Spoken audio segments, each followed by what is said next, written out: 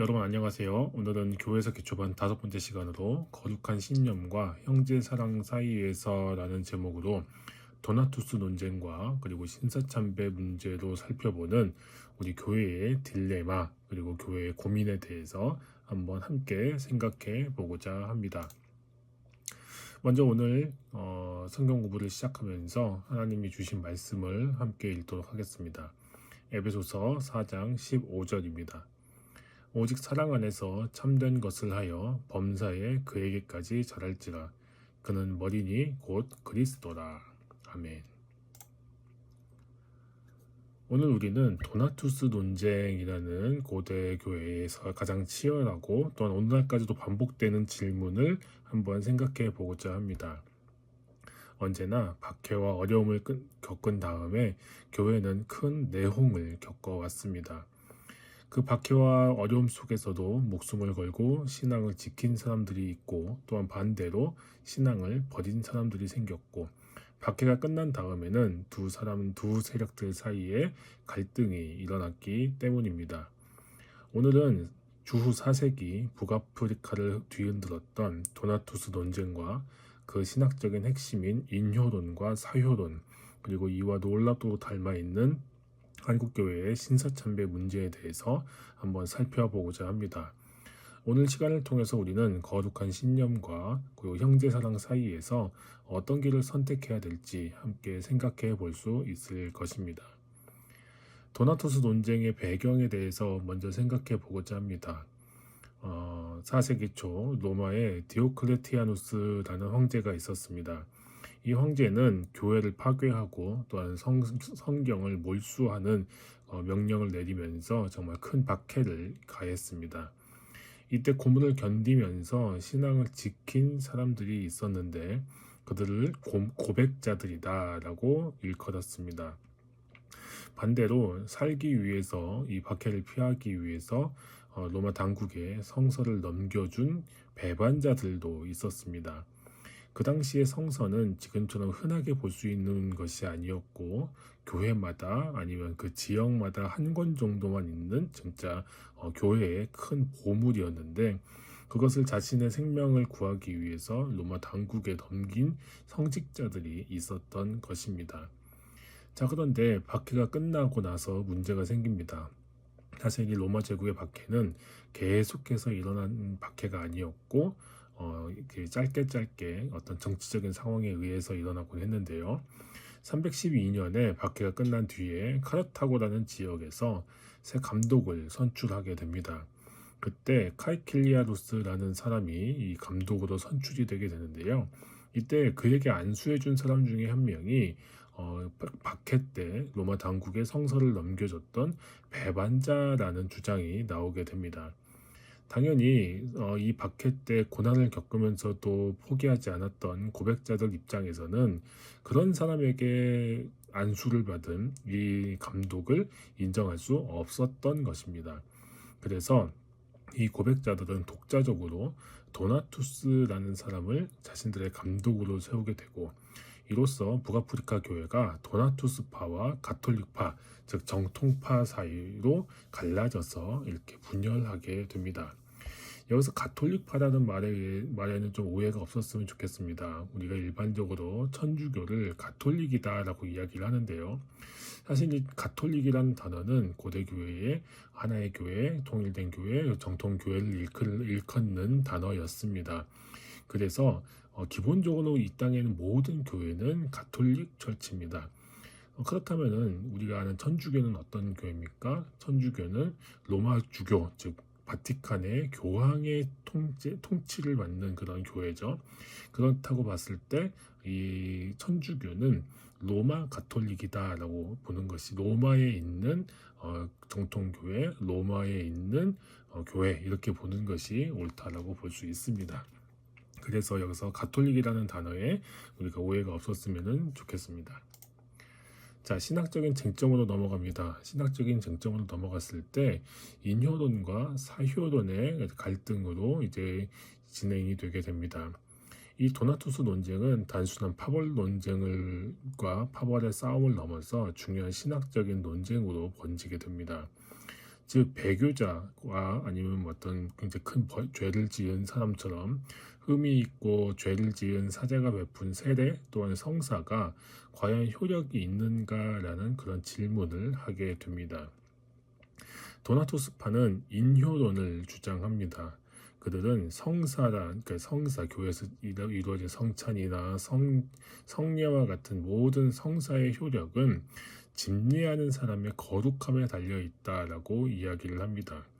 그들은 더러운 파이프, 더러운 어떤 길을 통해서 이제 깨끗한 물이 공급될 수 없듯이 이 성례를 행하는 이들이 굉장히 깨끗해야 된다라는 그런 생각을 했습니다. 그 결과 그들은 가톨릭파, 즉 정통파의 세례를 무효로 선언합니다. 그리고 다시 재세례를 시행하게 되죠. 반대로 이 사효론이 등장합니다. 사효론 말 그대로 성사, 그 성사 자체가 효력을 가진다는 거죠. 아우구스티누스, 즉 우리가 잘 어거스틴이라고 알고 있는 이 아우구스티누스와 정통 교회 측에서는 이 사효론을 주장합니다. 아우구스티누스 측에서는 이 성사, 이 교회에서 이루어지는 모든 성례와 성찬은 하나님께서 세우신 것이기 때문에 집례자는 도구일 뿐이기 도구다. 그렇기 때문에 이 성지로 이 집례자가 좀 죄를 짓고 배교자가 됐다 하더라도 그가 베푼 성사 자체는 의미가 없어지지 않는다라고 주장을 합니다. 이를 통해서 인간의 불완전함에도 불구하고 성례는 유효하다는 것을 확증했습니다. 자, 이렇게 갈등을 하는 도나투스파는 특히 북아프리카 지역에서 굉장히 많은 지지를 받게 되었는데요. 이 도나투스파가 북아프리카 지역에서 맹위를 떨치면서 크게 호응을 받았던 데에는 종교적인 이유뿐만 아니라 사회적인 이유도 있었습니다.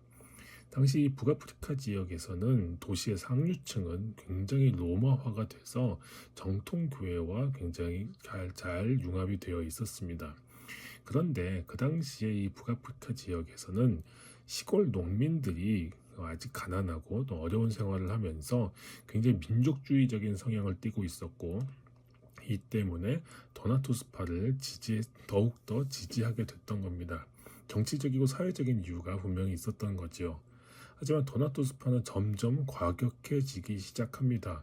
이 도나투스파의 키르쿰켈리온이라는 어떤 그 굉장히 과격한 폭력 집단이 가세하게 되면서 그들이 순교를 빙자해서 폭력과 자살 등의 극단적인 행태를 보이기 시작하면서 이 도나투스 문제는 종교와 교회의 문제를 떠나서 사회적인 문제가 되기 시작합니다. 때문에 아우구스티누스는 이 문제에 대해서 교회의 분열과 사회의 혼란을 막기 위해서는 국가 권력이 이 문제에 개입해서 이 도나투스파를 통제해야 된다. 그리고 이 어떤 과격한 폭력 행위를 통제해야 된다라고 그렇게 주장을 하게 됩니다. 결국 이 도나투스파는 411년에 이단으로 정제가 되었고요. 이후에 점점 쇠락하다가 7세기에 북아프리카 지역에 이슬람이 침략하면서 교회가 무너지면서 동시에 소멸하게 됩니다. 자, 그런데 이 역사가 반복됩니다. 16세기 종교개혁 때에 제세대파가 등장을 하게 됩니다. 이들은 유아 세례를 무효라고 했고 다시 세례로 받아야 된다라고 주장했습니다. 자기가 직접 신앙을 고백하는 것만 의미가 있다라고 보았던 것이지요. 그리고 교회를 거룩한 사람들만 모인 순수한 공동체가 되어야 한다라고 정의했고 교회가 국가나 세상과 이렇게 완전히 분리되어서 완전히 순수한 신앙 공동체로 남아야 된다라고 그렇게 주장했습니다.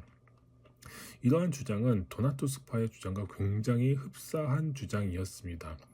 하지만 종교개혁자들과 같은 그 당시의 지도자들에게는 그 문제가 굉장히 심각한 또한 문제였습니다. 종교개혁자들은 이 땅의 교회는 천국과 달리 알곡과 가라지가 섞여 있을 수밖에 없다는 점을 분명히 인정합니다. 그러면서 이 유아 세례 역시도 하나님의 언약에 기초한 우리는 하나님의 언약의 백성이다라는 것을 확인하는 증표로서의 가치가 있다라고 굉장히 옹호했고요. 동시에 영적인 영역에서는 교회가 분명히 영적인 권위를 가져야 되지만 동시에 그리스도인들은 또 세상에 살아가고 있기 때문에 국가 안에서 또 일정한 책임을 다하며 살아야 된다라는 또한 그런 생각을 가지고 또한 종교개혁을 진행해 나아갑니다. 하지만 그렇다고 해서 제세례파의 생각이 무조건 안 좋다, 무조건 틀렸다라고 말할 수는 또 없겠지요. 분명히 교회는 거룩해짐을 통해서 나아가야 합니다. 그렇기 때문에 또 이 제세례파가 지금 또 현 시대에는 또 새롭게 또 재조명되고 있는 부분들도 있습니다.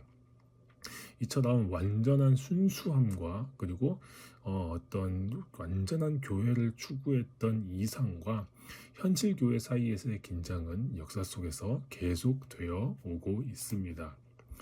그런데 이 역사의 반복이 단지 중세 유럽 16세기에서만 있었던 일이 아닙니다.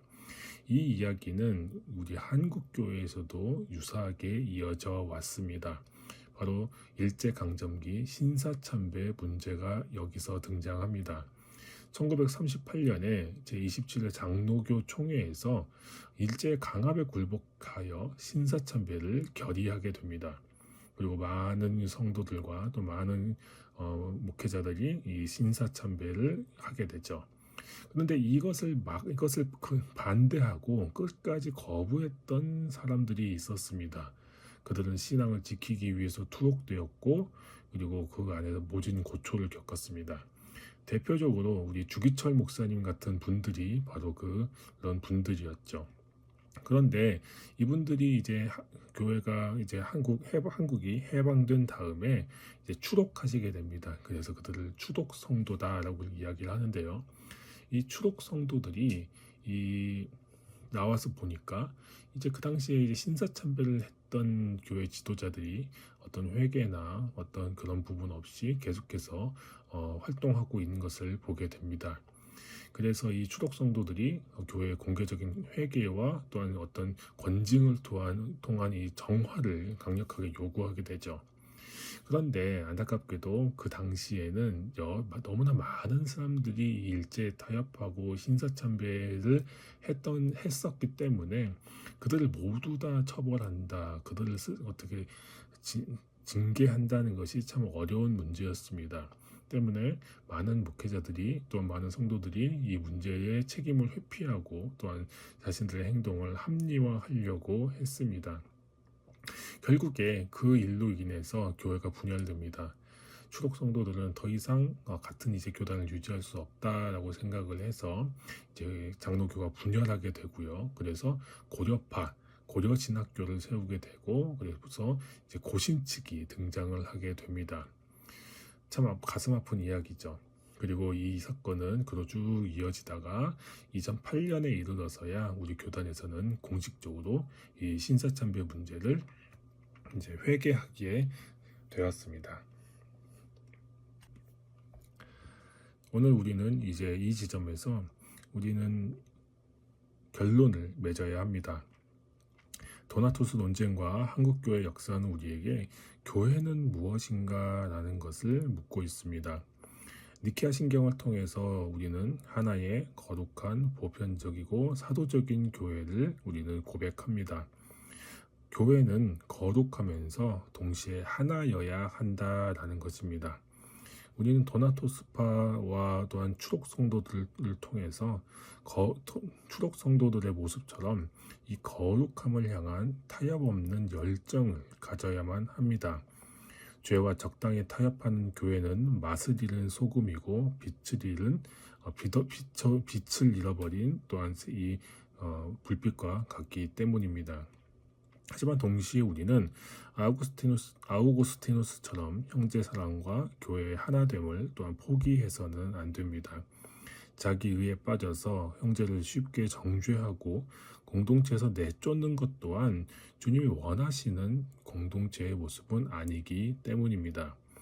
사랑 안에서 참된 것을 말하는 것, 이것이 오늘 우리의 역사 속에서 우리가 교회의 역사를 통해서 배워야 할 지혜입니다.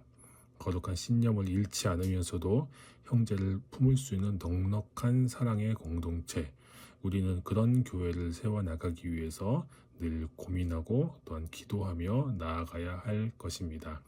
기도하겠습니다.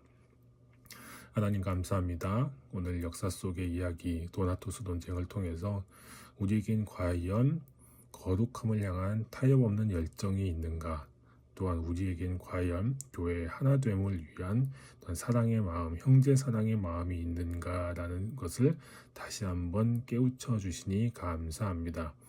하나님, 우리에게 언제나 거룩함에 대한 열정과 형제 사랑이 있어서 하나님이 기뻐하시는 나라, 기뻐하시는 교회 세워갈 수 있도록 주여 인도하여 주시옵소서. 하나님 감사합니다. 이 모든 말씀 우리 주 예수 그리스도의 이름으로 기도합니다. 아멘. 수고하셨습니다.